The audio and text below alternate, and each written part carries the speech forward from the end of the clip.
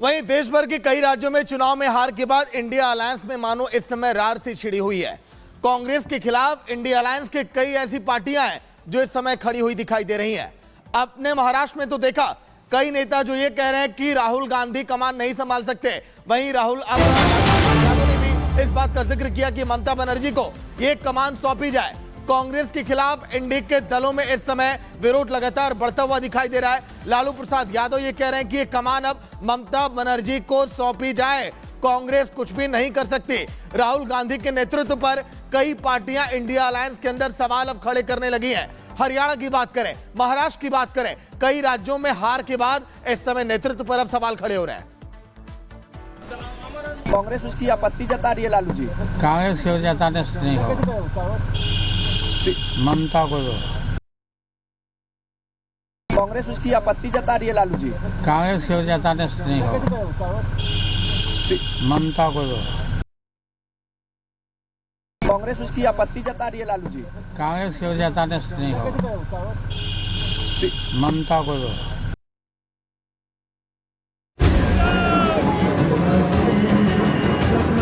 हिंदुत्व एक बीमारी है और इस बीमारी का इलाज हमें करना पड़ेगा। No, I'm not hacking you. I'm just asking you.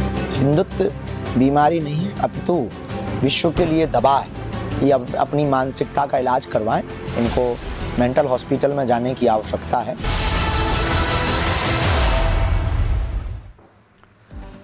Iltija Mufti Hindutva पर वार करती हैं तो करारा पलटवार बाबा बागेश्वर देते हैं। जी हां, बाबा बागेश्वर ने दो टूक शब्दों में इल्तिजा मुफ्ती को करारा पलटवार देते हुए कहा है कि हिंदुत्व कोई बीमारी नहीं बल्कि दवा है। आपको याद दिला दे, इल्तिजा मुफ्ती ने अपमान किया था हिंदुत्व का, हिंदुत्व को एक बीमारी कहा था, जिस पर बाबा बागेश्वर ने पंडित धीरेन्द्र कृष्ण शास्त्री ने पलटवार करते हुए कहा है कि हिंदुत्व कोई बीमारी नहीं है, अपना इलाज कराएं। हिंदुत्व एक दवा है और बल्कि विश्व के लिए एक दवा है।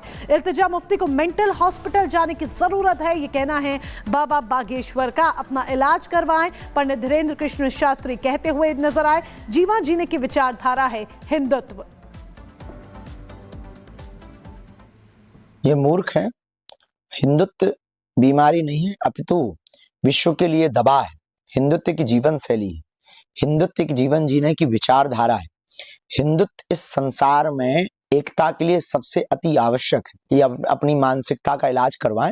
इनको मेंटल हॉस्पिटल में जाने की आवश्यकता है। इनको अपने दिमाग के इलाज की आवश्यकता है। हिंदुत्व एक दवा है, इस देश के लिए भी और पूरी दुनिया के लिए। हिंदुत्व वो है जो वसुधैव कुटुंबकम की चर्चा करता है।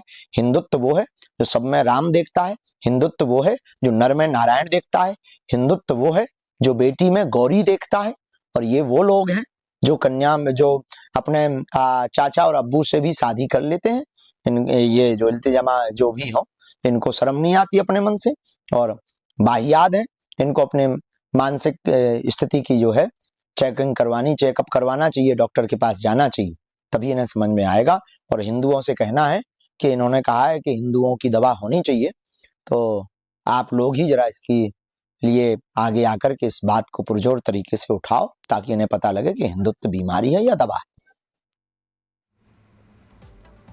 तो देखिए किस तरीके से यहाँ पर बयानबाजी का दौर जो है वो शुरू हो चुका है। इल्तिजा मुफ्ती ने जिस तरीके से हिंदुत्व पर यहाँ पर जिस तरीके से टिप्पणी की, उसका करारा पलटवार यहाँ पर बाबा बागेश्वर देते हुए नजर आए। हिंदुत्व का क्या अपमान यहाँ पर किया गया है ये हम सभी ने देखा, जिसमें उन्होंने कहा है कि हिंदुत्व एक बीमारी है, इसने भगवान का नाम कलंकित किया है। तो साफ तौर पर देखिए किस तरीके से यहाँ पर यह बयान दिया गया इल्तिजा मुफ्ती की तरफ से, और लगातार इसको लेकर के अब पलटवार देखिए जारी किए जा रहे हैं।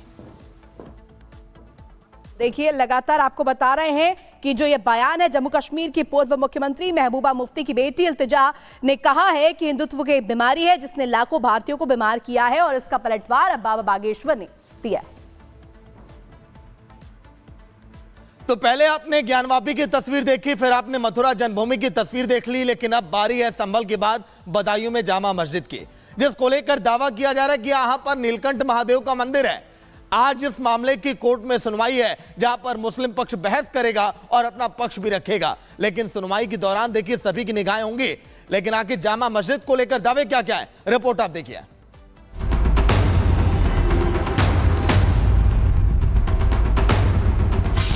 बदायूं में मस्जिद मंदिर पर घमासान। किसके दावे में कितनी सच्चाई?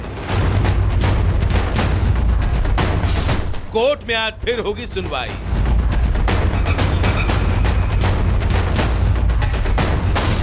जामा मस्जिद या नीलकंठ महादेव मंदिर?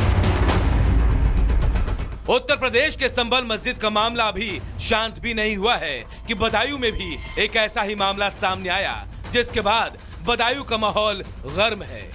बदायूं की जामा मस्जिद को लेकर हिंदू पक्ष का दावा है कि यहां पहले नीलकंठ महादेव का मंदिर था। ये मामला फास्ट ट्रैक कोर्ट में चल रहा है और आज फिर इस मामले में अहम सुनवाई होनी है। इससे पहले 3 दिसंबर को इस मामले पर सुनवाई पूरी नहीं हो पाई थी। जानकारी के मुताबिक बदायूं के सिविल जज senior division fast track court के जज अमित कुमार के कोर्ट में यह मामला विचाराधीन है। सरकार के पक्ष की तरफ से बहस पूरी हो चुकी है। 3 दिसंबर को हिंदू पक्ष की याचिका पर मुस्लिम पक्ष ने अपनी बात रखी। अब आज की सुनवाई के बाद तय होगा कि मामला सुनने योग्य है या फिर नहीं। कोर्ट में मुस्लिम पक्ष के वकील अनवर आलम ने कहा, यह मामला सुनने योग्य नहीं है। हिंदू महासभा को इसमें केस दायर करने का कोई अधिकार नहीं। जब ये खुद कह रहे हैं कि मंदिर तोड़कर मस्जिद बनाई गई, तो जाहिर सी बात है वहां पर मंदिर का अस्तित्व नहीं है। इन्होंने वादी नीलकंठ महादेव को बनाया है, जबकि वादी प्रत्यक्ष व्यक्ति होता है। वह हिंदू पक्ष के वकील का कहना है कि ये ऐतिहासिक और पुरातत्व सर्वे की इमारत है, इसीलिए इस पर वर्शिप एक्ट अप्लाई नहीं होता। 1493 खसरा नंबर में पूरा किला आता है। किले के बीच में नीलकंठ महादेव का मंदिर है, जिसमें तथाकथित जामा मस्जिद बनाई गई है। इस मामले को लेकर 2 सितंबर 2022 को कोर्ट में याचिका दाखिल की गई थी।